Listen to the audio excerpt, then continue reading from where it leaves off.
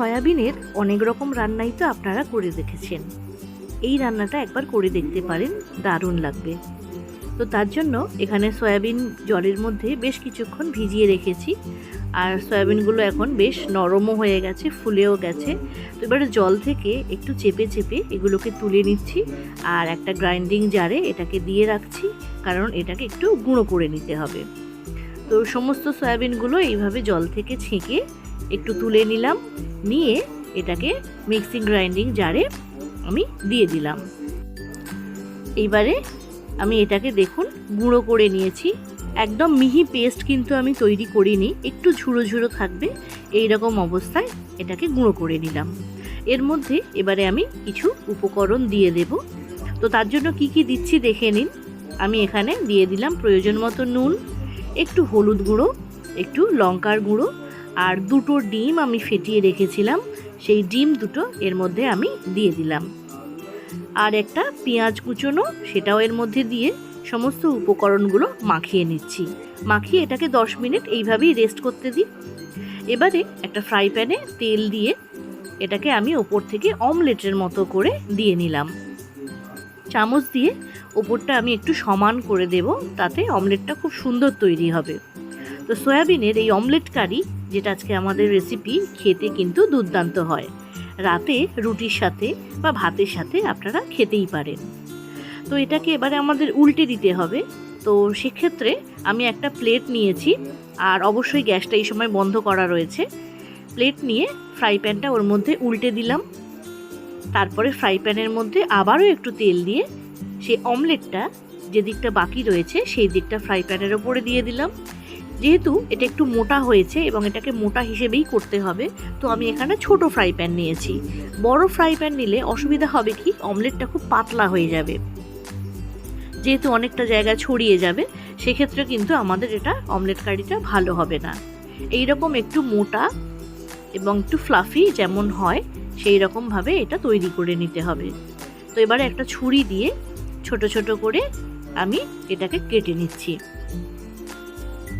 প্রথমে লম্বায় কেটে নিলাম, তারপরে ঘুরিয়ে নিয়ে সেটাকে চওড়াতেও এরকম ছোট ছোট করে পিস করে তৈরি করে নেব। এটা খেতে কিন্তু চমৎকার হয়, এই রকম ভাজা অবস্থাতেই কিন্তু খাওয়া যায়। এবারে কড়াইতে সর্ষে তেল দিয়েছি, একটু গোটা জিরে দিলাম ফোড়ন হিসেবে, আর 4টে শুকনো লঙ্কা দিলাম। ভালো করে নাড়াচাড়া করে নিয়ে এর মধ্যে আমি এবারে দিয়ে দেব একটা কুচনো পেঁয়াজ। পেঁয়াজটা দিয়েও আমি এটাকে ভালো করে একটুখানি ভেজে নেব। যখন পেঁয়াজটা তেলের মধ্যে ভালো করে ভাজা হয়ে যাবে, তখন আমি এর মধ্যে দিয়ে দেব যে 1 চামচ আদা রসুন বাটা। আদা আর রসুন হাফ চামচ করে, মোট 1 চামচ আমি এখানে দিয়ে দিলাম। খুব বেশি মশলারও কিন্তু এই রান্নাটায় প্রয়োজন পড়ে না, সুতরাং আপনারা নিশ্চিন্তে করতে পারেন। নুন দিয়ে দিলাম, হলুদ গুঁড়ো, লঙ্কা গুঁড়ো, একটু ধনে গুঁড়ো, একটু জিরে গুঁড়ো, একদম ঘরোয়া মশলা। আর একটু জল অবশ্যই দিয়ে দেবেন, যেহেতু গুঁড়ো মশলা যাতে পুড়ে না যায়। তো এই সমস্ত মশলাগুলো এবারে একটুখানি তেলের সঙ্গে কষিয়ে নেব। তো যখন কষানো হয়ে যাবে, তখন আমি তেলের মধ্যে একটু সেদ্ধ করা আলু দিয়ে দেব। সেদ্ধ করা আলু এই জন্যই যাতে রান্নাটা একটু তাড়াতাড়ি করা যায়।